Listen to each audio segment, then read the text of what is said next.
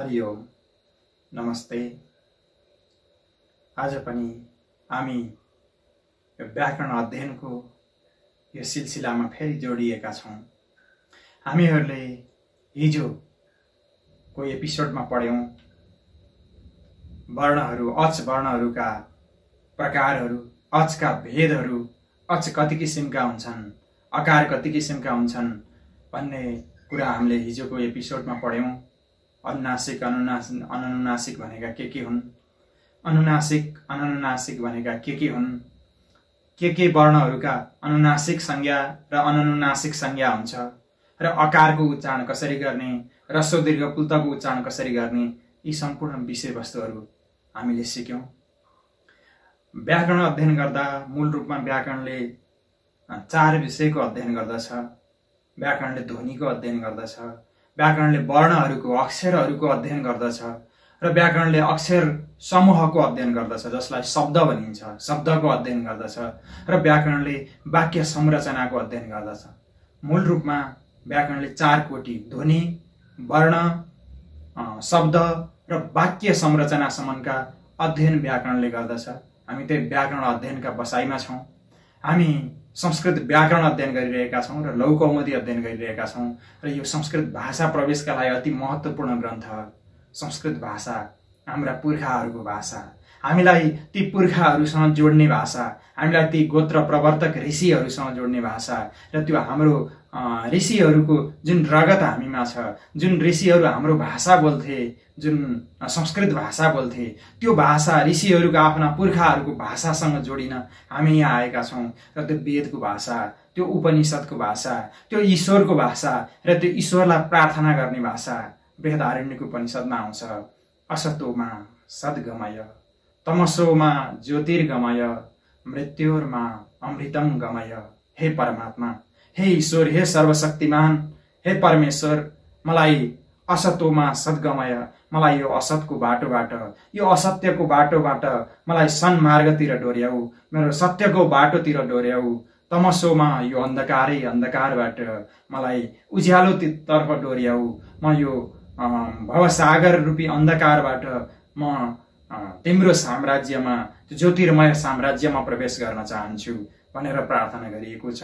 र मृत्युमा अमृतम गमय, मलाई मृत्युबाट, मलाई भयबाट, मलाई डरबाट, मलाई सन्तासबाट अमृतको यात्रा, अजरताको यात्रा, अमरताको यात्रातिर डोर्याऊ भनेर जुन प्रार्थना गरिएको छ।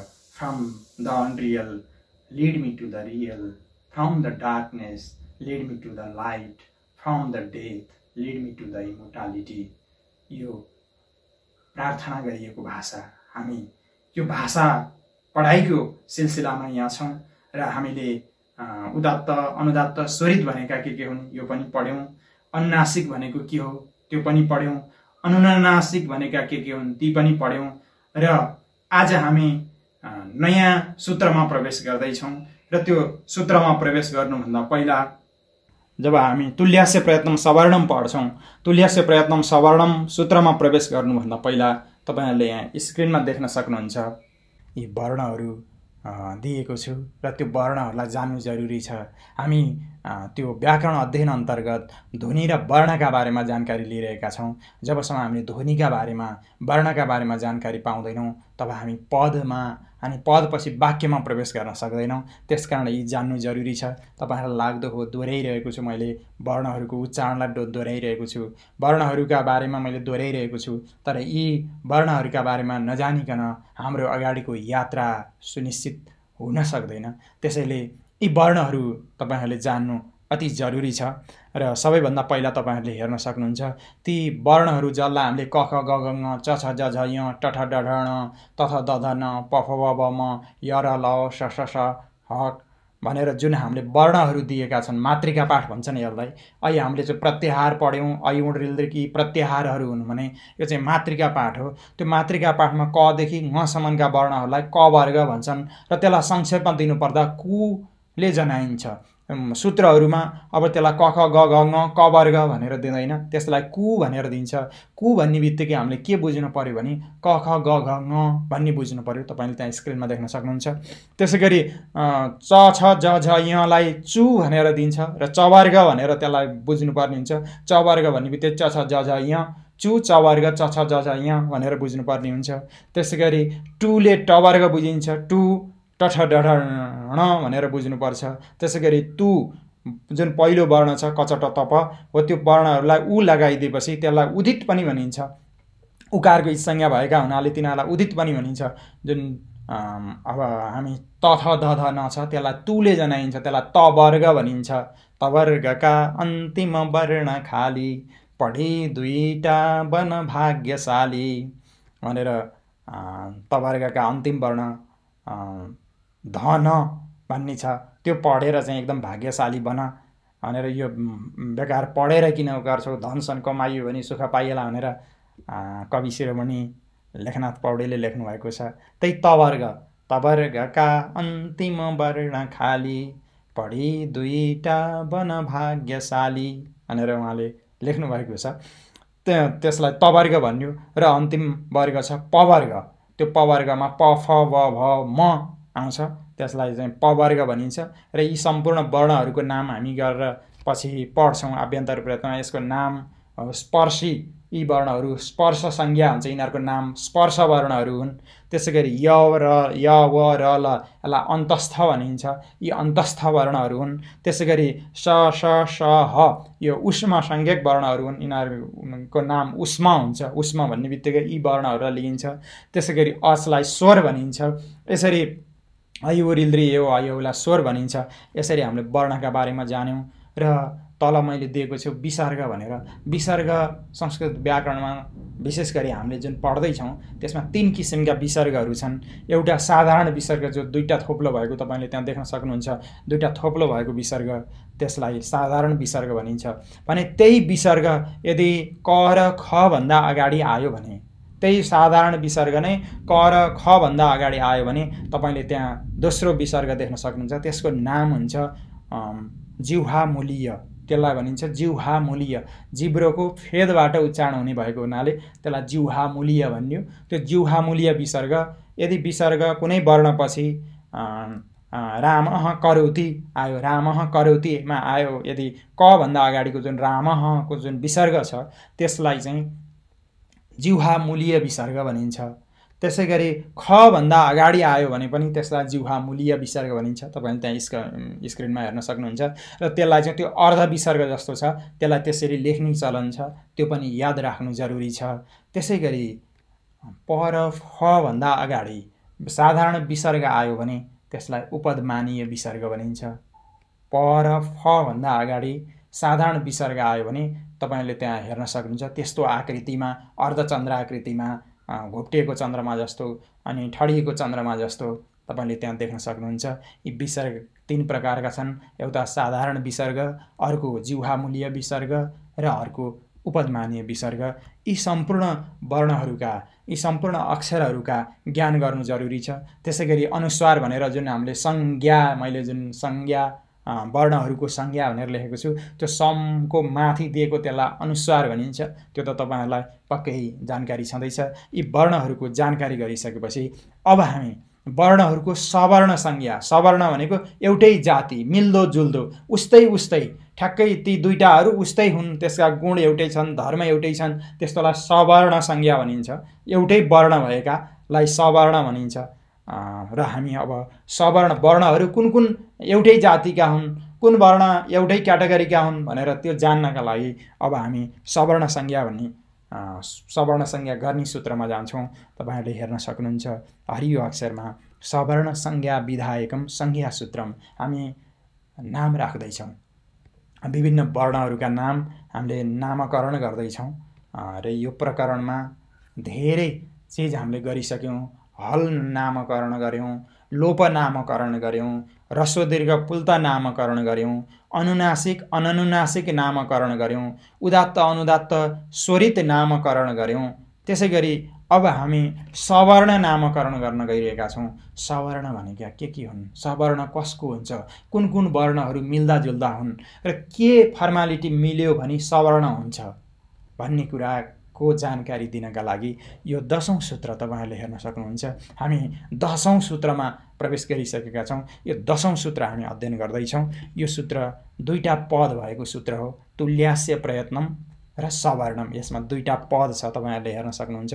तुल्यस्य प्रयत्नम पनि प्रथमान्त पद हो, त्यसैगरी सवर्णम पनि प्रथमान्त पद हो।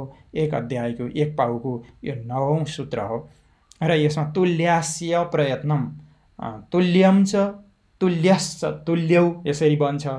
तुल्यश्च तुल्यम च तुल्यश्च तुल्यौ, आस्यम च प्रयत्नश्च आस्य प्रयत्नौ, तुल्यौ आस्य प्रयत्नौ ययोः तत् गरेर तुल्यास्य प्रयत्नम। यो चाहिँ समास हो। पछि यो समास प्रकरणमा गएर हामीले समास पनि जान्दछौँ। यो समास भएको हुनाले यो चाहिँ तुल्यास्य प्रयत्नम यसरी बन्छ। दुईटा तुल्य भनेको बराबर, बराबर हुनु पर्यो, दुई चीज बराबर हुनु पर्यो भन्यो। के दुईटा चीज बराबर हुनु पर्यो, आस्य र प्रयत्न बराबर हुनु पर्यो। यो आस्य भने के हो, प्रयत्न भने के हो, यो बुझ्नु पहिला जरुरी छ। त्यसकै लागि तल चाहिँ आचार्य वरदराज व्याख्या गर्नुहुन्छ, तुल्यास्य प्रयत्नको व्याख्या गर्नुहुन्छ र तल लेख्नुहुन्छ आस्य भनेको ताल्वादि स्थानम, त्यहाँ जोडिएको छ ताल्वादि स्थानम आभ्यन्तर प्रयत्न। तल पहिला वृत्तिको उच्चारण तपाईहरुले सिक्नु जरुरी छ। ताल्वादि स्थानम अनि आभ्यन्तर प्रयत्नश्च गरेर त्यो ताल्वादि स्थानम आभ्यन्तर प्रयत्नश्च इति एतद्द्वयम गरेर त्यहाँ प्रयत्नश्चेत्ते तद्द्वयम भनेको छ। त्यो चेत्ते तद्द्वयम भनेर दिएको छ। यसरी डराउनु पर्दैन, त्यहाँ सन्धि भएको हो। हामी सन्धि पनि पढ्छौँ। ताल्वादि स्थानम आभ्यन्तर प्रयत्नश्च इति एतद्द्वयम, तल छुट्टिएका पनि तपाईहरुले हेर्न सक्नुहुन्छ। इति एतद्द्वयम यस्य एन तुल्यम तन्मिथः सवर्ण संज्ञम स्यात्। यसरी सवर्ण संज्ञा कसको हुन्छ त भने आस्य र प्रयत्न बराबर भयो भने सवर्ण संज्ञा हुन्छ भन्यो। आस्य भने के त भन्दाखेरि कण्ठ, हिजो पनि हामीले हेरेका थियौँ र तपाईहरु यहाँ चित्रमा पनि हेर्न सक्नुहुन्छ। कण्ठ, मूर्धा, तालु, दन्ता, ओष्ठ यी सम्पूर्णलाई आस्य भन्यो। आस्य भनेको मुखभित्र, आस्य भवम आस्यम भनेको मुख, आस्य भवम आस्यम, मुखभित्र हुने जति मुखभित्र उच्चारण जो हुन्छन् तिनीहरूलाई आस्य भन्यो। आस्य भने के त भन्दाखेरि कण्ठ अनि मूर्धा, तालु अनि त्यसपछि दन्ता अनि ओष्ठ यी सम्पूर्ण वर्णहरू आदि स्थानबाट उच्चारण हुने जुन वर्णहरू छन् त्यो उच्चारण हुने स्थान पनि एउटै स्थानबाट उच्चारण हुन पर्यो। वर्ण एउटा कन्डिसन, एउटै स्थानबाट उच्चारण हुन पर्यो। र प्रयत्न भनेको जुन आभ्यन्तर प्रयत्न छ, हामी पछि पढ्छौँ पृष्ठ, ईषत् पृष्ठ, ईषत् विवृत, विवृत र समृत। अब यसपछि हामी लगत्तै त्यो पढ्न जान्छौँ। ती दुईटा चीज मिल्यो भने, यदि दुईटा वर्णहरू दुई थरीका वर्णहरू छन्, दुईटा वर्ण छन्, उसको पनि स्थान एउटै स्थानबाट उच्चारण हुनु पर्यो। र प्रयत्न पनि, प्रयत्न भनेको प्रयास, कोसिस, जुन वर्णहरूको उच्चारण गर्दा नाभिदेखि ओठसम्म गरिने जुन प्रयास हो, वर्ण उच्चारणका लागि गरिने प्रयास हो, त्यसैलाई प्रयत्न भनिन्छ। हो त्यो प्रयत्न स्थान, वर्णहरू कुन कुन ठाउँबाट वर्ण उच्चारण गर्दा कुन कुन ठाउँमा सास ठोकिएर आउँछ र जिब्रोले त्यहाँ कुन कुन ठाउँमा छुन्छ त्यसलाई चाहिँ स्थान भनियो। प्रयत्न भनेको तलबाट सास आउँदाखेरि त्यो सास प्रयोग गर्नका लागि कहाँ कोसिस भयो त्यसलाई प्रयत्न भनियो। कति कोसिस भयो, कहाँ छोयो, यस्तो खालको सासले कहाँ झोक्का दिएर आयो, त्यसलाई चाहिँ प्रयत्न भनिन्छ। हो त्यो स्थान र ताल्वादि स्थान र प्रयत्न मिल्यो भने दुईटा वर्णको ताल्वादि स्थानम आभ्यन्तर प्रयत्नश्च इति, यी दुईटा एतद्द्वयम, इति एतद्द्वयम, यी दुईटाको परस्परमा, मिथः भनेको तन्मिथ, ती दुईटाको परस्परमा के हुन्छ भने मिल्यो भने सवर्ण संज्ञा हुन्छ। यहाँ तपाईले नेपालीमा हेर्न सक्नुहुन्छ। तालु भनेको कण्ठ, तालु, मूर्धा, दन्ता, ओष्ठ यी आदि स्थानहरू र आभ्यन्तर प्रयत्न पृष्ठ, ईषत् पृष्ठ, ईषत् विवृत, विवृत, समृत गरी 5 प्रकारका आभ्यन्तर प्रयत्नहरू छन्। त्यो फेरि दोस्रो उसमा हामी पढ्छौँ। यी दुईटा वर्ण चाहिँ जुन वर्णका साथ बराबर हुन्छ, यदि एउटा वर्णको स्थान र आभ्यन्तर प्रयत्न एउटै छ र अर्को वर्णको पनि त्यही छ भने ती दुईटाको चाहिँ परस्परमा सवर्ण संज्ञा हुने भयो। यी दुई वर्णहरूको परस्परमा सवर्ण संज्ञा हुन्छ। पछि हामी दोस्रो उसमा गएपछि सवर्णी वर्णहरू के हुन् भन्ने कुरो फेरि बुझ्छौँ। यसरी दुईटा वर्णको स्थान र आभ्यन्तर प्रयत्न मिल्यो भने ती दुईटाको परस्परमा सवर्ण संज्ञा हुन्छ। जस्तै सवर्ण संज्ञा क कसको हुने भयो त भन्दाखेरि क ख ग घ ङ को सवर्णी ग घ ङ, ख ग घ ङ यसरी, अनि ङ को सवर्णी क ख ग घ यसरी। यिनको स्थान पनि मिल्छ, आभ्यन्तर प्रयत्न पनि मिल्ने भएको हुनाले यिनीहरूको सवर्ण संज्ञा भएको हुनाले त्यो क वर्गका आएका ती वर्गका सबैका सवर्ण संज्ञा हुन्छ। क को नि सवर्ण क का साथ ख का यी सबै एक आपसमा सवर्ण संज्ञा हुने भए, क ख ग घ ङ का एक आपसमा सवर्ण संज्ञा हुने भए, च छ ज झ य का ती च छ ज य मध्ये एक आपसमा सवर्ण संज्ञा हुने भए, अनि ट ठ ड ण का पनि एक आपसमा सवर्ण संज्ञा हुने भए, त थ द ध न का नि एक आपसमा सवर्ण संज्ञा हुने भए, प फ ब भ म का नि एक आपसमा सवर्ण संज्ञा हुने भयो। यसरी सवर्ण संज्ञा हुन पर्यो, यिनीहरूको स्थान मिल्छ। त्यसैगरी अब कुनको मिल्छ त आभ्यन्तर प्रयत्न स्थान कसो मिल्छ भन्ने कुरो हामी अब पढ्दैछौँ। र त्यसै गरी अर्को वार्तिक दिनुभयो। यो वार्तिक हो। अहिलेसम्म हामीले सूत्र मात्रै अध्ययन गरिरहेका थियौँ। अब चाहिँ यो अहिलेसम्म पाणिनि मुनिले रचना गर्नुभएका सूत्रहरूको हामीले अध्ययन गर्दैछौँ र आज हामी वार्तिकको पनि अध्ययन गर्दछौँ। यो वार्तिक भने के हो, वार्तिक केलाई भन्ने कुरो यहाँ आयो। एउटा वार्तिक आएको छ, ऋलृ वर्णयोर मिठः सावर्ण्यम वाच्यम। ऋकार र लृकारको आभ्यन्तर प्रयत्न त मिल्छ, तर स्थान चाहिँ मिल्दैन। स्थान चाहिँ ऋ मूर्धास्थानी वर्ण मूर्धास्थानबाट उच्चारण हुन्छ भने लृ चाहिँ दन्तस्थानबाट उच्चारण हुन्छ। त्यसकारण आभ्यन्तर प्रयत्न त मिल्यो, तर तालवादी स्थान चाहिँ नमिलेको हुनाले यी दुईटाको चाहिँ परस्परमा सवर्ण संज्ञा हुँदैन। यिनीहरू दुईटा एउटै वर्णका हुँदैनन्। त्यसकारण के गर्नु पर्यो भन्दाखेरि उहाँ सूत्र त लेख्नुभयो, उहाँ पाणिनिले तुल्यास्य प्रयत्न सवर्णम भनेर लेख्नुभयो, तर के पुगेन भन्दाखेरि ऋ र लृ वर्णको सवर्ण संज्ञा गर्न सकेन। ऋ र लृ वर्णको सवर्ण संज्ञा नगर्ने हो भने विभिन्न शब्दहरूको निर्माण गर्दाखेरि आपत्ति आइपर्ने भयो र ती शब्दहरूको निर्माण नहुने भएपछि त्यो पुगेन। त्यो सूत्रले जहाँ जति ठाउँ पुग्न पर्ने हो त्यति ठाउँ पुगेन। नपुगेपछि वार्तिकले के भन्नुभयो, वार्तिककारले भने कात्यायनले के भन्नुभयो भने ऋ र लृको पनि परस्परमा सवर्ण संज्ञा गर्नुपर्दछ। यो कुरा पनि तपाईँ पाणिनिले राखिदिनु पर्दछ भनेर उहाँले वार्तिक लेख्नुभयो। यही वार्तिकका विशेष लक्षण वार्तिक भने के हो भनेर हामीले यहाँ जान्दछौँ। तपाईँहरूले स्क्रिनमा हेर्न सक्नुहुन्छ। अब वार्तिकको यहाँ लक्षण बताइएको छ। वार्तिक भने के भन्ने कुरो तपाईँहरूले यहाँ हेर्नुहोला। उक्ता नुक्त दुरुक्त चिन्तनात्मकम वार्तिकम, यो एउटा वाक्य छ। उक्त अनुक्त र दुरुक्त। उक्त भने के भनेको भन्न त भनेको तर धेरै भने, चाहिने भन्दा धेरै ठाउँमा गएर लाग्यो। कोही सूत्रमा काम गर्नुभयो, जस्तै यी धातुदेखि अच प्रत्यय हुने, अकार अन्त्यमा भएका धातुदेखि चाहिँ अच प्रत्यय हुने भन्यो। अच प्रत्यय सबैदेखि गर्न थाल्यो भने त बिग्रिने भयो। नबिग्रेपछि त्यसलाई चाहिँ रोक्न पर्यो। यी धातुदेखि चाहिँ हुँदैन भनेर भन्न पर्यो। त्यसलाई बढी बताएको रोक्नलाई वार्तिकको काम आउँछ। त्यसपछि अनुक्त, जस्तै अनुक्त भनेको यो अहिले माथि हामीले तुल्यास्य प्रयत्न भन्ने सूत्र पढ्यौँ। त्यसमा अनुक्त ऋ र लृ वर्णको सवर्ण संज्ञा हुन्छ भन्ने कुरो त्यहाँ आएन, किन ऋ र लृको तालवादी स्थान र आभ्यन्तर प्रयत्न मिल्दैन। नभएपछि त्यो ऋ र लृको सवर्ण संज्ञा अनुक्त भयो। त्यसकारण त्यसका लागि र दुरुक्त भनेको नचाहिने ठाउँमा पनि यो हुने भन्यो भने, नचाहिने ठाउँमा पनि त्यो प्रत्यय हुने भयो अथवा केही काम हुने भयो भने त्यसलाई चाहिँ दुरुक्त भनिन्छ। त्यसकारण उक्त बढी बताइएको, अनुक्त छोडेको र दुरुक्त भनेको गलत ठाउँमा पनि त्यो प्रयोग गरिएको। त्यस्तो चिजको चिन्तन गर्ने, त्यस्ता वस्तुहरूको त्यस्ता विचारको चिन्तन गर्ने शास्त्रलाई वार्तिक शास्त्र भनिन्छ। त्यो वार्तिक शास्त्र हामी गर्दैछौँ र त्यसैलाई श्लोकमा पनि बताइएको छ। उक्ता नुक्त दुरुक्तानां चिन्ता यत्र प्रवर्तते तम ग्रन्थम वार्तिकम प्राहुर वार्तिकज्ञा मनीषिणः। वार्तिकज्ञा मनीषिणः, वार्तिकलाई जान्ने विद्वानहरूले, वार्तिकलाई चिन्तन गरेका मनीषीहरूले, वार्तिकलाई चिन्तन गरेका विद्वानहरूले के भनेका छन् भन्दाखेरि एउटा उक्त बढी बताइएको, अनुक्त छुटेका र दुरुक्त भनेको गलत बताएका चिजहरूको चिन्तन गर्ने, शास्त्रको चिन्तन गर्ने विषयलाई वार्तिक भनिन्छ र त्यो हामी वार्तिकको अध्ययनमा छौँ। यसैलाई तल तपाईँहरूले नेपालीमा पनि पढ्न सक्नुहुन्छ। किनभने वार्तिकलाई सूत्रभन्दा वार्तिकलाई प्रामाणिक मान्नुपर्ने हुन्छ। किन सूत्रकारभन्दा पछाडिका वार्तिककार हुन्। त्यसैलाई यथोत्तरम मुनिनाम प्रामाण्यम भन्ने व्याकरणमा एउटा राम्रो यो उक्ति छ त्यो पाणिनिभन्दा कात्यायनलाई विशेष प्रामाणिक मान्नुपर्छ, कात्यायनभन्दा पतञ्जलिलाई विशेष प्रामाणिक मान्नुपर्छ।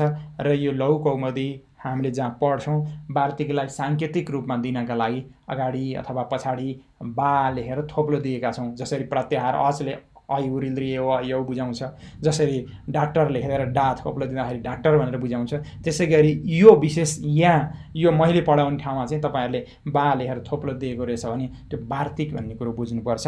र यसरी हामीले वार्तिकको लक्षण गऱ्यौँ। अब वार्तिकको बारेमा कसैले सोधे भने वार्तिक भनेको के हो भनेर कसैले सोधे भने अब हामीले सहज रूपमा उत्तर दिन सक्छौँ। उक्ता नुक्त दुरुक्त चिन्तनात्मकम वार्तिकम, उक्ता नुक्त दुरुक्तानां चिन्ता यत्र प्रवर्तते तं ग्रन्थं वार्तिकं प्राहुः वार्तिकज्ञा मनीषिणः गरेर यसरी वार्तिकका बारेमा हामीले जानकारी लियौँ। र अब फेरि हामी जुन रि र लृ छ त्यसको सवर्ण संज्ञा गर्ने जुन सूत्र हो यो रि लृ वर्ण मिथा यो वार्तिक सवर्ण संज्ञा गर्ने जुन वार्तिक यो रि लृ वर्ण मिथा सावर्णम वाच्यम रि वर्णको लृ वर्णको पनि परस्परमा यिनीहरूको आभ्यन्तर प्रयत्न मिलेर स्थान आदि नमिले पनि यिनीहरूको चाहिँ सवर्ण संज्ञा हुन्छ भन्ने कुरा पनि बुझ्नु पर्दछ, भन्नु पर्दछ। यिनीहरूको नमिले पनि विशेष आरक्षण गरेर यसलाई चाहिँ हालिदिनुपर्छ भनेर यो विशेष आरक्षण दिने वार्तिक हो। जसरी सबै चिज नियम अनुसार हुन्छ तर यो नियम नपुगे पनि यसलाई चाहिँ विशेष कोटामा चाहिँ यसलाई चाहिँ आरक्षित गर्नुपर्छ, यसको पनि सवर्ण संज्ञा गरिदिनुपर्छ भनेर यो वार्तिकले विशेष पावर भिटो पावर हुन्छ नि, संयुक्त राष्ट्रसङ्घमा 5 वटा देशको भिटो पावर भए जस्तो ती भिटो पावर चाहिँ यो वार्तिकले यहाँ लगाइदियो। लगाएपछि ऋकार र लृकारको पनि एक आपसमा सवर्ण संज्ञा भयो। सवर्ण संज्ञा गरिसकेपछि यसको फल फेरि हामी अच सन्धिमा गएर यो रि र लृको सवर्ण संज्ञा गरेपछि के फल हुन्छ, के प्राप्त हुन्छ भनेपछि सवर्ण संज्ञा गरिसकेपछि यसको फाइदा के भन्दाखेरि जस्तै लृका कुरा अब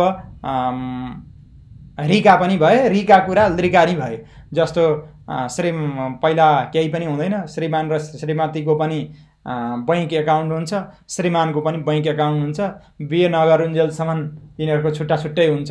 तर बिहे गरेपछि त्यो श्रीमतीको पैसा श्रीमानको पनि भयो, श्रीमानको पैसा श्रीमतीको पनि भयो भने जस्तै यो लृ र लृको सवर्ण संज्ञा गरिदिएपछि लृका चिजहरू लृ 18 प्रकारको थियो, अब के अरे लृ 12 प्रकारको थियो अनि रि चाहिँ 18 प्रकारको थियो। अब के भइदिन्छ भन्दाखेरि अब दुइटै जोडेर दुइटैका अब 12 र 18 जोड्दा 30 हुन्छ। अब लृकार पनि 30 प्रकारका अनि ऋकार पनि 30 प्रकारका भइदिन्छन्। यसरी दुइटैको अब लृकार चाहिँ शक्तिशाली भयो, त्यो सदनमा बहुमत पुर्याएको दुईटा पार्टी एकीकरण भएपछि अनि दुईटा पार्टी चाहिँ एउटै भएपछि 2/3 सरकार पुग्या जस्तो यसको पनि लृकार र लृकारको सवर्ण संज्ञा भएपछि अब सबैभन्दा पावरफुल सबैभन्दा शक्तिशाली सबभन्दा धेरै वर्ण भएका ऋकार र लृकार हुन्छन्। यसरी सवर्ण संज्ञाको मूल रूपमा फल यही हो। हामी यो व्याकरणको अध्ययनमा छौँ, भाषाको अध्ययनमा, ध्वनिको अध्ययनमा र अब हामी स्थान वर्णहरू हामीले उच्चारण गर्दाखेरि कुन ठाउँबाट कुन वर्णहरू उच्चारण हुन्छन्, कुन वर्णहरू कुन ठाउँबाट कण्ठ घाँटीदेखि ओठसम्ममा हामीले जुन वर्णहरूको अध्ययन गऱ्यौँ कदेखि मसम्मका हसम्मका जुन वर्णहरू छन्, अदेखि औसम्मका जुन वर्णहरू छन्, स्वर वर्ण अनि त्यसै विसर्गहरू छन्, त्यसपछि अनुस्वार छ, जिह्वा मूल्य उपध्मानी आदि विसर्गहरू छन्। यी सम्पूर्ण वर्णहरू कुन कुन ठाउँबाट उच्चारण हुन्छ, त्यसको ओरिजिनल उत्पत्ति मूल रूपमा उत्पत्ति चाहिँ कुन ठाउँबाट हुन्छ भन्ने कुरो यो चिन्तन पाणिनीय व्याकरणमा आउँछ र त्यो चिन्तन हामी यहाँ पढ्दैछौँ।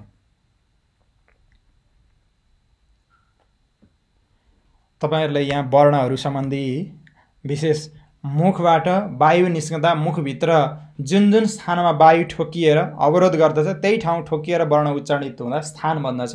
तपाईहरुले त्यहाँ हेर्न सक्नुहुन्छ र ती वर्णहरू कुन कुन ठाउँमा वायुभित्रबाट आउँछ। मुखबाट वायु निस्किन्छ, तल नाभिदेखि वायुको प्रवाह आउँछ वर्ण उच्चारणमा। अझ परावाणी भन्छन् जो तलको मूलाधार चक्रदेखि वर्ण उच्चारणका कोसिस गर्दाखेरि परावाङ्मूल चक्रस्था पश्यन्ती नाभि संस्थिता हृदिस्था मध्यमा गेया वैखरी कण्ठ देशगा, यसरी वाणीका 4 तहहरू छन् यी 4 तहहरू यो दार्शनिक तहमा अध्ययन हुन्छन् र यसका लागि माथिल्ला ग्रन्थहरू व्याकरणका छन्। वर्णहरूका उच्चारण प्रक्रिया, वर्णहरू कसरी उच्चारित हुन्छन् भन्ने छ। हामी चाहिँ यो बैखारीमा मात्रै जान्छौँ, माथिल्लो तहमा मात्रै जान्छौँ।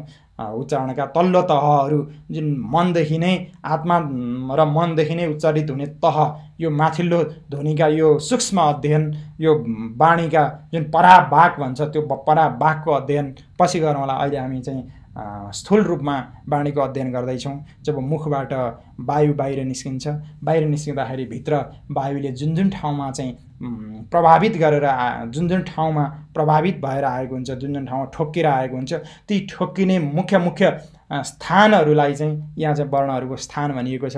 तपाईँहरूले यहाँ हेर्न सक्नुहुन्छ। मैले एउटा यो चित्र इन्टरनेटबाट लिएको छु। त्यो चित्रमा हाम्रो मुखका विभिन्न ठाउँहरूका बारेमा दिएको छ। ती ठाउँहरू र अनि यहाँ तपाईँले हेर्न सक्नुहुन्छ हाम्रा वर्णहरू कुन कुन ठाउँबाट उच्चारित हुन्छ र हामीले यसलाई विशेष डिटेलमा अब सामान्य सूत्रसहित पढ्नेछौँ। यो अति नै महत्त्वपूर्ण छ। यो जान्नेन भने हाम्रो व्याकरणको गति, अगाडिको गति हाम्रो अगाडि बढ्न सक्दैन र हामीले केही पनि बुझ्दैनौँ। जहाँ हामी अब प्रयोग गर्छौँ यी सम्पूर्ण चिजहरू, अहिले हामीले सामग्री सङ्कलन गरिरहेका छौँ। जसरी घर बनाउन पहिला इँटा, अनि त्यसपछि सिमेन्ट, बालुवा, काठ, जाल ढोकाहरू सबै तयारी हुन्छन्। हामी त्यो तयारीमा लागेका छौँ। हाम्रो घर निर्माण, हाम्रो भवन निर्माणको प्रक्रिया पञ्चसन्धिबाट हामी सुरुवात गर्छौँ। र अगाडि सबैभन्दा पहिला तपाईँहरूले किताबमा, तपाईँहरूसँग पक्कै किताब छ, नभए मैले तपाईँहरूलाई बताइसकेको छु, इन्टरनेटबाट पनि तपाईँहरूले डाउनलोड गर्न सक्नुहुन्छ। र किताब भएन भने यो पढाइको सुनेर मात्रै श्रुतम हरति पापानीवाला होइन, यो चाहिँ पुराण होइन, यो कथा होइन, भागवत कथा होइन, यो रामायण कथा होइन, महाभारत कथा होइन। यो चाहिँ एउटा पढाइ हो र पढाइका लागि पुस्तक हुनु जरुरी छ। पुस्तक भएन भने एक कानबाट सुन्यो, अर्को कानबाट उडायो, यसले केही पनि तपाईँहरूको समयको मात्रै बर्बादी हुन्छ। त्यसकारण पुस्तक, कपी र डटबिन तपाईँहरूसँग हुनु अनिवार्य छ। र तपाईँहरूले पुस्तक छैन भने अनलाइनबाट डाउनलोड गर्न सक्नुहुन्छ। विभिन्न साइटहरूमा तपाईँहरूले प्राप्त गर्न सक्नुहुन्छ। पिडिएफबाट पनि तपाईँहरूले अध्ययन गर्न सक्नुहुन्छ। मूल किताब प्राप्त हुन्छ। र सबैभन्दा पहिलो छ त्यसलाई राम्रोसँग उच्चारण गर्नुहोला र यो कण्ठै हुनुपर्छ। अहिलेसम्म हामीले जो पढ्यौँ त्यो तपाईँहरूलाई कण्ठ हुनुपर्छ। निरन्तर आवृत्ति गरियो भने, निरन्तर अभ्यास गरियो भने यो केही पनि होइन, यो एकदम सजिलो छ। अकुह विसर्जनीयानां कण्ठः, अकुह विसर्जनीयानां कण्ठः, अकुह विसर्जनीयानां कण्ठः। यो दुईटा पद छ यसमा, अकुह विसर्जनीयानां कण्ठ र अकुह विसर्जनीयानां विभिन्न त्यहाँ संक्षेपमा सूत्रहरू छन्। एउटा अ छ, कु छ, ह छ र विसर्जनीयानां गरेर यसरी वर्ण छन्। यसलाई तपाईँहरूले तल हेर्न सक्नुहुन्छ। अ भनेको 18 प्रकारको अकार। अब हामीले अ भन्ने बित्तिकै के बुझ्नु पर्यो भने तुल्यस्य प्रयत्नम सवर्णमले त्यो माथि हामीले उदात्त अनुदात्त स्वरित गरिसकेका छौँ।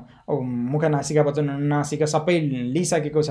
त्यसकारण अ भन्ने बित्तिकै अब 18 प्रकारको, अ भन्ने बित्तिकै रस्व, अ भन्ने बित्तिकै आ पनि आयो, अ भन्ने बित्तिकै अ पनि आयो र त्यसका जुन हामीले हिजो बताएका थियौँ 18 प्रकारका भेदहरू आकारका, ती 18 प्रकारका भेदहरू रस्व, दीर्घ, पुल्त, उदात्त अनुदात्त स्वरित, अनुनासिक र अनुनासिक गरी यी 18 प्रकारका भेदहरू आकार भनेर तपाईँहरूले अब बुझ्नुपर्ने हुन्छ।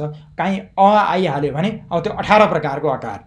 यदि सूत्रमा यदि रस्व आकार मात्रै भनेर काहीँ सङ्केत गर्यो भने, विशेष निर्देशन गर्यो भने चाहिँ त्यही प्रकार मात्रै बुझ्नुपर्ने हुन्छ। तर अ मात्रै काहीँ भन्यो भने अब व्याकरणका जहाँ जुनसुकै सूत्रमा अ आदेश हुन्छ भन्यो भने त्यो 18 प्रकारको आकार आदेश हुन्छ। त्यहाँ आ पनि आदेश हुन्छ, अ पनि आदेश हुन्छ। अनि त्यसै कु आयो, मैले पहिला पनि भनेको थिएँ कु भनेर अब यहाँ सूत्रमा अहिले हामीले गऱ्यौँ। कु भनेपछि अब क वर्ग, क ख ग घ ङ भनेर बुझ्नुपर्ने हुन्छ। अब कु भनिदिन्छ। यो चाहिँ या व्याकरणका विशेष व्यवस्थाहरू, विशेष नामहरू, त्यही त हामी संज्ञा प्रकरण पढ्दैछौँ। विशेष नामहरू हुन् कु भनेर। अब क ख ग घ ङ। अब हामी कण्ठस्थानका बारेमा जान्दैछौँ। अब स्थानहरू कुन कुन स्थान, कहाँ कुन स्थानबाट कुन कुन वर्णहरू उच्चारण हुन्छन् भन्दाखेरि जुन हामी कण्ठ स्थानको कुरा गर्दैछौँ, सबैभन्दा पहिलो घाँटी तलबाट हामी माथि माथि माथि माथि माथि आउँछौँ। यसरी अन्तिममा ओठमा आइपुग्छौँ। यसरी वर्णहरू उच्चारण गर्दै जाँदाखेरि अ 18 प्रकारको आकार, कु क ख ग घ ङ, अनि त्यसपछि ह भनेको हकार, सबै खुट्टा काटेका हुन्, हकार। अनि विसर्जनीयानाम, विसर्गको जुन दुईटा थोप्लो साधारण विसर्गको हो, यो साधारण विसर्गको र विशेष गरी जुन थोप्लो छ हामी अकारभन्दा पछाडिको विसर्गकै यो कण्ठस्थानले उच्चारण हुने हो। पाणिनीय शिक्षामा चाहिँ आउँछ इकारभन्दा पछाडिको विसर्ग के गर्ने भन्ने त्यहाँ विशेष चर्चा छ। र अहिले हामीले त्यतातिर जानुभन्दा पनि विसर्ग चाहिँ आयो भने त्यसको चाहिँ कण्ठस्थान हुन्छ भन्ने कुरो जान्नु जरुरी छ। र यी सम्पूर्ण वर्णहरू जो अ, क, ख, ग, घ, ङ, हकार र विसर्गको कण्ठस्थान हुन्छ त्यो घाँटीबाट उच्चारित हुन्छ। कसरी घाँटीबाट उच्चारित हुन्छ, ती वर्णहरूको चाहिँ प्रयोग कसरी गर्ने भन्ने कुरो म तपाईँहरूलाई यहाँ देखाउँछु। कण्ठ भनेको घाँटी हो, कण्ठ भनेको तपाईँहरूले गर्नु होला, यो घाँटीलाई कण्ठ भनिन्छ संस्कृतमा। अकुह विसर्जनीयानाम कण्ठः। र यसको चाहिँ कसरी उच्चारित हुन्छ भन्ने कुरो म तपाईँहरूलाई यहाँ उदाहरणबाट देखाउँछु। सबैभन्दा पहिला अह भनेको दिउँसो, अह जस्तै यो घाँटीबाट यसरी तपाईँहरूले उच्चारण गर्नु पर्यो। यो सबै अ पनि कण्ठस्थानी, ह पनि कण्ठस्थानी र विसर्ग पनि कण्ठस्थानी। भनेको दिन, कसरो दिना हनी बातु क्लिबे दिवस बासरौ भनेर यो चाहिँ दिनको नाम हो त्यसै गरी ख, क, ख, क वर्ग सबै भएपछि खगह भनेको पक्षी, चरा, खगह घाँटीबाट उच्चारित हुनु पर्यो। अघह भनेको पाप, अघह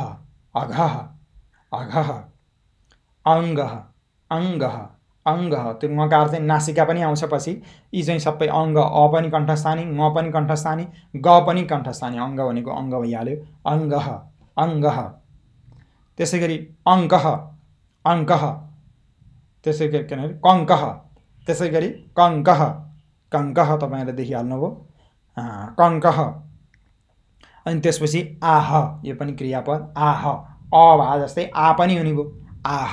त्यसै गरी अहम गरेर घाँटीबाट यी सबै सासहरूको प्रभाव र विशेष चाहिँ घाँटीमा गएर ठोक्किने भयो। सास जति घाँटीमा गएर सास ठोक्किने भएको हुनाले यी सबै कण्ठस्थानी भयो। यी घाँटीबाट उच्चारित हुने वर्ण हुन्। अह, खग, अघह, अङ्गह, कङ्कह अनि आह भनेको भन्दछन्, सोद्धछन्, सोध्नु, भन्नु, आह भने।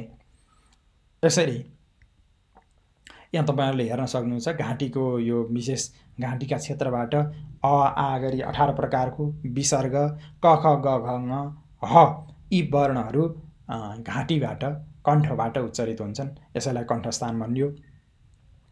त्यसै गरी दोस्रो छ, अब घाँटीपछि हामी घाँटीभन्दा माथि एक स्टेप छोडेर दाँतभन्दा अलि पछाडिको भागलाई तालु भनिन्छ। दाँतभन्दा अलि पछाडिको भागलाई तालु भनिन्छ। त्यसमा जान्छौँ र बिचमा कण्ठ र तालुको बिचमा फेरि मूर्धास्थान आउँछ, त्यो फेरि दोस्रोमा हामी पढ्छौँ। अब इचु यशानाम तालु, इचु यशानाम तालु, इचु यशानाम तालु, यो चाहिँ तालु स्थान। यी भनेको फेरि त्यसै गरी 18 प्रकारको इकार। इकार अब हाम्रो कति प्रकार भयो भन्दाखेरि 18 प्रकारको भयो इकार। यी 18 प्रकारको इकार, किन त्यसमा ह्रस्व ई पनि आयो, दीर्घ पनि आयो र पुल्त पनि आयो, यी सबै आएको हुनाले यी इकार सबै आयो। 18 प्रकार इकार। चु भनेको च, छ, ज, झ, य। अनि य भनेको यकार भइगयो, बुढो य। अनि त्यसपछि सानाम भनेको मोटो सकार, श, यिनीहरूको तालु स्थान हुन्छ। त्यसकारण यो शको उच्चारणमा अति ध्यान दिनु जरुरी छ। हाम्रा नेपालीमा एउटा मात्रै स भएको हुनाले हाम्रो उच्चारणमा यसले चाहिँ फरक ल्याइदिन्छ। श मसँग राम्रो क्यामेरा नभएको हुनाले पक्कै तपाईँहरूले, मैले साधारण मोबाइलबाट भिडियो खिचेको हुनाले तपाईँहरूले मलाई देखिरहनु भएको छैन भने यहाँ हेर्न सक्नुहुन्छ। श यो जिब्रोलाई माथि यो दाँतभन्दा पछाडिपट्टि लगाएर श, य गरे जस्तै श, ईश। यसरी सानाम तालु भनेको माथिल्लो दाँतभन्दा पछाडिको भाग, माथिल्लो दाँतभन्दा अलिकति पछाडिको भागलाई तालु भनिन्छ।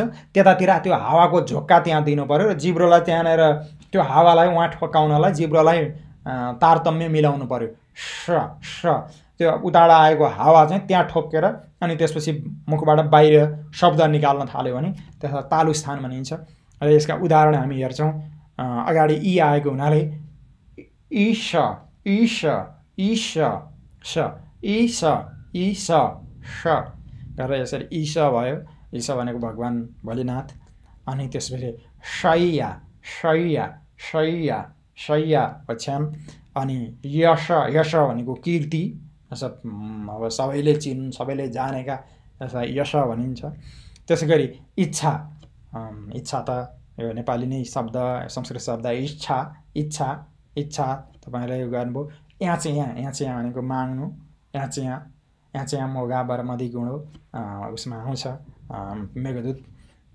त्यसै गरी झन्झा झन्झा झन्झावात भन्छ नि, हावा वायुको विशेष प्रकारका झोक्का झैँझा झैँझा झैँझा झैँझा।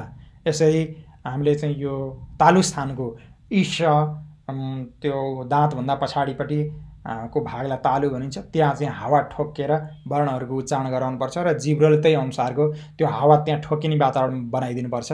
यसै गरी हामी तेस्रो उसमा जान्छौँ र तपाईँले यहाँ चित्रमा हेर्न सक्नुहुन्छ। तालु भनेको त्यहाँ गोलो लगाएको छ रातोले। त्यो तालु स्थानका बारेमा पनि तपाईँहरूले पक्कै जान्नुभयो। र त्यसै गरी अब ऋतु रसाणाम मूर्धा।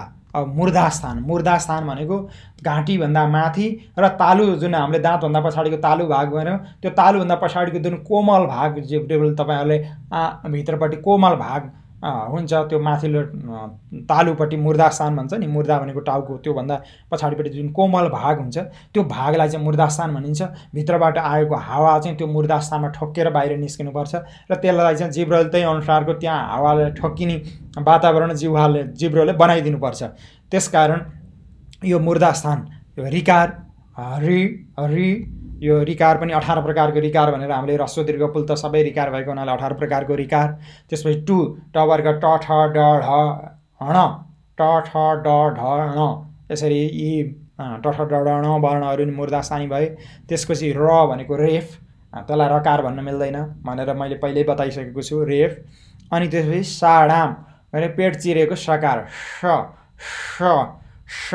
यो अघिको स थियो स, अहिले स त्यो मुखलाई जिब्रो दोब्र्याएर सासको हावालाई चाहिँ माथि त्यो उसमा ठोकिने वातावरण मिलाइदिएपछि चाहिँ मूर्धन्य सकार भयो। अब हामी यसलाई चाहिँ मूर्धन्य सकार गर्छौँ। अर्को मोटो सकारलाई तालव्य सकार भन्छौँ। अबको व्याकरण भाषामा तालव्य सकार भन्यो भने मोटो सकार बुझ्नु पर्यो, मूर्धन्य सकार भन्यो भने यसलाई बुझ्नु पर्यो र मूर्धन्यादेश भनिदिन्छ। अब पछाडि गएपछि त्यसरी तालव्यादेश यसरी सकार आदेश हुन्छ भनेर विधान गर्ने सूत्रहरू छन्। त्यो मूर्धा भनेको तालुभन्दा पछाडिको कोमल भाग हो। तालुभन्दा पछाडिको घाँटीभन्दा माथिको जुन कोमल भाग माथिको च्यापुतिरको कोमल भाग छ त्यसैलाई मूर्धा भनिन्छ। यसका पनि केही उदाहरण हेरौँ। जस्तो ऋषि ऋषि ऋषि ऋषि ऋणम ऋणम ऋ र ण चाहिँ मूर्धा स्थानीय हुन्। म चाहिँ यहाँ जोड्नलाई दिएको ऋण भने त्यो सबैलाई थाहा छ। ऋण र धन यी सबैका हुन्छन्। अनि त्यसपछि रिष्ट रिष्ट भनेको एकदम अरिष्ट भनेको नराम्रो विपत्ति, रिष्ट भनेको शान्ति। यसरी रिष्ट भनेको राम्रो कल्याण, रिष्ट रिष्ट। अनि त्यसरी षण्ड षण्ड भनेको तेस्रो लिङ्गी भन्छन् याचेल जो नपुंसक लाई षण्ड भन्छन् संस्कृतमा। षण्ड षण्ड षण्ड षण्ड ढ ढ ढ षण्ड षण्ड यसरी ढको उच्चारण गर्नु पर्यो। अनि त्यसपछि षष्ठ षष्ठ षष्ठ भनेको छैटौँलाई षष्ठ भनिन्छ। अनि डोरम भनेको डोरो, जनेपुर यहाँ डोरो बाँधिन्छ नि त्यसलाई डोरम डोरम डोरम डोरम। यसरी यी उदाहरणहरू र यहाँ चित्र दिएको छ मूर्धा स्थानका जुन ठाउँ कुन हो भनेर दिएको छ। पक्कै पनि यसलाई बारम्बार तपाईँहरूले नै अभ्यास गर्नुभयो भने तपाईँहरूको जुन ध्वनि उच्चारण छ वर्णहरूको कुन ठाउँबाट उच्चारण गर्ने भन्ने कुरो त्यो पनि हुन्छ र यसले संस्कृत भाषा अध्ययनमा, संस्कृत साहित्य अध्ययनमा र वेदको अध्ययनमा पक्कै पनि सहयोग पुग्छ। र हामी अर्को वर्ण छ लृतु लसानाम दन्ता, लृतु लसानाम दन्ता। यो चाहिँ स चाहिँ कस्तो भने यो दन्त्य सकार लृतु लसानाम लस। अब चाहिँ नेपालीको जिब्रो अब नेपालीको सकार उच्चारण गर्न पाइयो। यो चाहिँ लृ, लृ भनेको 12 प्रकारको, किन हाम्रो 18 प्रकारको त छैन। सवर्ण संज्ञा त हुनुपर्छ भन्ने आछ, सवर्ण संज्ञा चाहिँ लृ र लृको नि हुन्छ भन्ने आछ। तर हामीले अहिले यसलाई चाहिँ 18 प्रकारको भन्दैनौँ, केही पछि बल्ल 18 प्रकारको भन्छौँ। यो सकेपछि अर्को एउटा सूत्र आएपछि बल्ल हामी 30 प्रकारका लृकार भन्छौँ। अहिले लृकार हाम्रो 12 प्रकारको छ, जसको दीर्घ छैन लृकारको, त्यसकारण यो 12 प्रकारको लृकार। अनि त्यसपछि तु भनेर माथि हेर्न सक्नुहुन्छ लृतु लसानाम दन्ता। त्यो तु तवर्ग, अब तु कुचुटु तुपु आएपछि यिनीहरूले अब आफ्नो वर्गको बोध गराउने भए यिनीहरूलाई उदित भनिन्छ। तु तवर्ग त थ द ध न, अब दाँतमा छोएर उच्चारण हुने भए दाँतमा सिधै जाने भयो त थ द ध न यसरी। अनि त्यसपछि ल लकार ल छँदैछ, लले पनि दाँतमा छुन्छ। अनि सानाम सानाम सले पनि त्यसको पनि दन्त स्थान हुन्छ। दन्त भनेको त्यो त थाहा छँदैछ सबैलाई, दन्त भनेको दाँत। यी दन्त स्थानी वर्णहरू हुन्। केही उदाहरणहरू हेरौँ, जस्तै सती, सती सती भगवती जगदम्बा पार्वती सती हुनुहुन्छ। त्यसै गरी लृ, अब लृबाट वर्ण त्यति प्रयोगमा नआउने हुनाले लृकार हो, त्यो लृ नै सिधै उच्चारण गरौँ। त्यसै लता लहरा, त्यो पनि दन्तस्थानी, ल पनि दन्तस्थानी, त पनि दन्तस्थानी लता। अनि थुथु, थुथु त थाहा छँदैछ थुक्नी। अनि थु यो पनि दन्तस्थानी भइहाल्यो। अनि त्यसपछि दानम, दानम तपाईँहरूले कतिले दान पनि गर्नुभयो होला, त्यो दानम दानम यो पनि दन्तस्थानी भयो। त्यसै गरी धनम, धनम धनम यो पनि दन्तस्थानी वर्णहरू भए। यसरी तपाईँहरूले यी वर्णहरूको कुन ठाउँबाट उच्चारण गरिन्छ? दाँतबाट। दाँत, दाँतमा जिब्रोले ठोकिन्छ र हावा त्यहीँ आएर प्रहार गर्ने भएको हुनाले जिब्रोसँगै हावा पनि त्यहाँ प्रहार गर्ने भएको हुनाले यी वर्णहरू दन्तस्थानी वर्णहरू हुन्। यो हामी स्थानको अध्ययनमा छौँ, स्थानको अध्ययन गरिरहेका छौँ। र त्यसै गरी उपपद मानियानाम ओष्ठौ, अब हामी ओष्ठ स्थानमा गयौँ।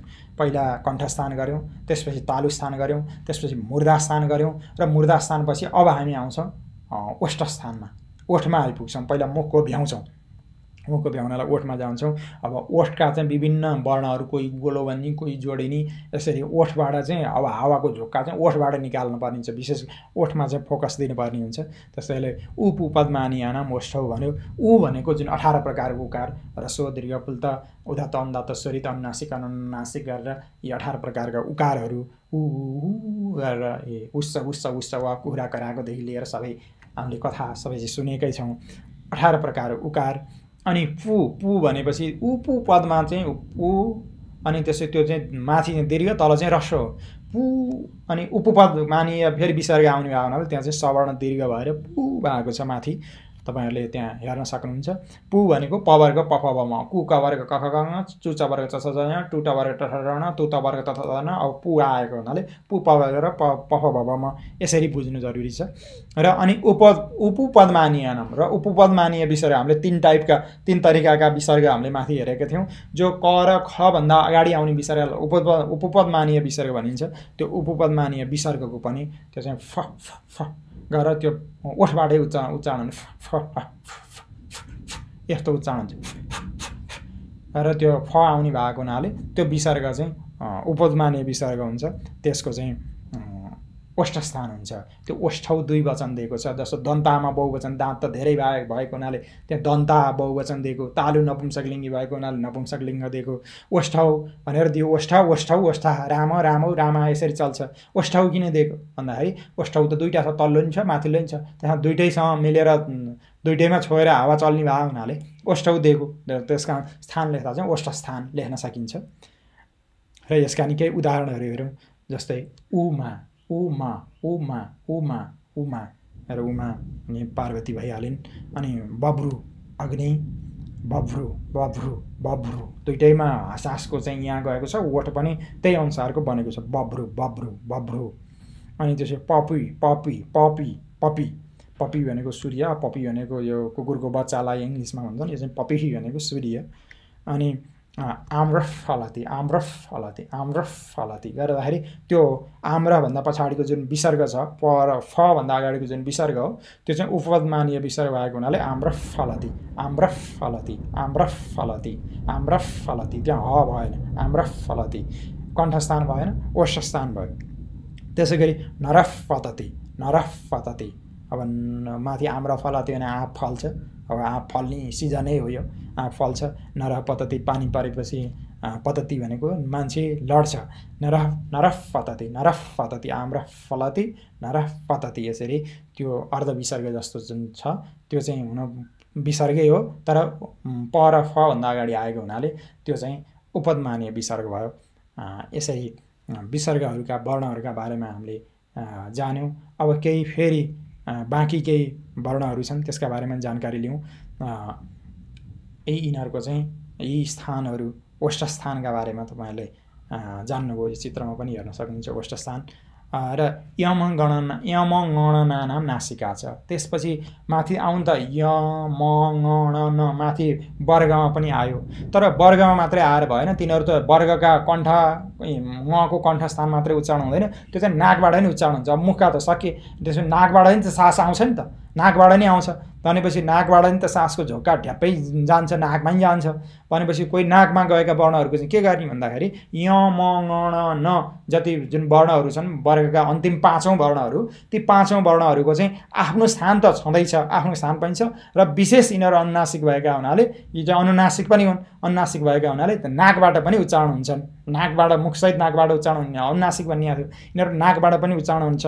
त्यसकारण य म ङ नको यको तालु स्थान त छँदैछ, सँगसँगै तपाईँले त्यहाँ हेर्न सक्नुहुन्छ नासिका स्थान पनि भयो, अनि त्यसपछि ओष्ठस्थान पनि भयो मकारको, अनि नासिका स्थान पनि भयो, ङको कण्ठस्थान पनि भयो र नासिका स्थान पनि भयो, नको दन्तस्थान पनि भयो, नासिका स्थान पनि भयो। यसरी य म ङ नको नासिका स्थान पनि हुन्छ भनेर आज लागू गरियो। र बाँकी अझै केही स्थानहरू बाँकी छन्, त्यसलाई हामी फेरि भोलि अर्को बसाइमा हामी अध्ययन गर्नेछौँ। आज हामीले सवर्ण संज्ञा केले हुन्छ, सवर्ण संज्ञा भनेको के हो, रि र लृ वर्णको सवर्ण संज्ञा किन गर्नु परेको, अनि त्यसपछि स्थानहरूका बारेमा वर्णहरूको उच्चारण कसरी हुन्छ, कुन कुन स्थानमा हावाको झोक्का दिएर हावाले झोक्का दिन्छ र ती वर्णहरूको उच्चारण हुन्छन् भनेर हामीले गऱ्यौँ। र केही बाँकी वर्णहरूको उच्चारणका स्थानका बारेमा फेरि हामी भोलि केही चर्चा गर्नेछौँ। र आजलाई तपाईँहरूलाई जाँदा जाँदै एउटा नीतिको श्लोक याद आउँछ। पुस्तके सुचया विद्या परहस्तगतं धनं कार्यकाले समुत्पन्ने न सा विद्या न तद्धनं। पुस्तके सुचया विद्या परहस्तगतं धनं कार्यकाले समुत्पन्ने न सा विद्या न तद्धनं। पुस्तके सुचया विद्या, किताबमा रहेको विद्या र अर्कोको हातमा गएको धन, आफूलाई काम परेको बेला त्यसले कहिले नि काम दिँदैन। त्यसकारण किताब छ, यो युट्युबमा भिडियो छ, फेसबुकमा छ, परेको बेला हेरौँला। किताब छन् मसँग तर लाइब्रेरी सजाएको छु भनेर ढुक्क भएर बस्नु हुँदैन। जसरी अर्काको हातमा गइसकेको सम्पत्ति, अर्कालाई दिइसकेको सम्पत्ति, आफूलाई काम परेको बेला आफ्नै सम्पत्ति भए पनि काम एकदम इमर्जेन्सी परेको बेला जसरी काम दिँदैन, त्यसै गरी पुस्तकेषु चया विद्या, पुस्तकमा रहेको विद्या किताब किनेर ल्याइहालेको छु, पर्या बेला हेरौँला भन्यो भने त्यसले काम परेको बेला दिँदैन। त्यसकारण तयारी गरिहाल्नुपर्छ। समय छ हामीसँग, हामी यो अध्ययनको बसाइमा छौँ र हामीलाई समय पनि छ, त्यसकारण पढिहाल्नुपर्छ। पुस्तकेषु चया विद्या परहस्तगतं धनं कार्यकाले समुत्पन्ने न सा विद्या न तद्धनं। न त्यो धनले काम दिन्छ, न त्यो विद्याले किताबको विद्याले काम दिन्छ। त्यसकारण आफैसँग भयो भने जति बेला चाहियो त्यति बेला आफूले प्रयोग गर्न सकिन्छ। यति भन्दै फेरि हामी यो स्थान प्रयत्नको व्याकरणको ध्वनि अध्ययनको व्याकरणको ध्वनि विज्ञानको वैज्ञानिक बन्नका लागि फेरि अर्को एपिसोडमा जोडिनेछौँ। त्यतिन्जेलसम्मका लागि यहाँहरू सबैलाई नमो नमः।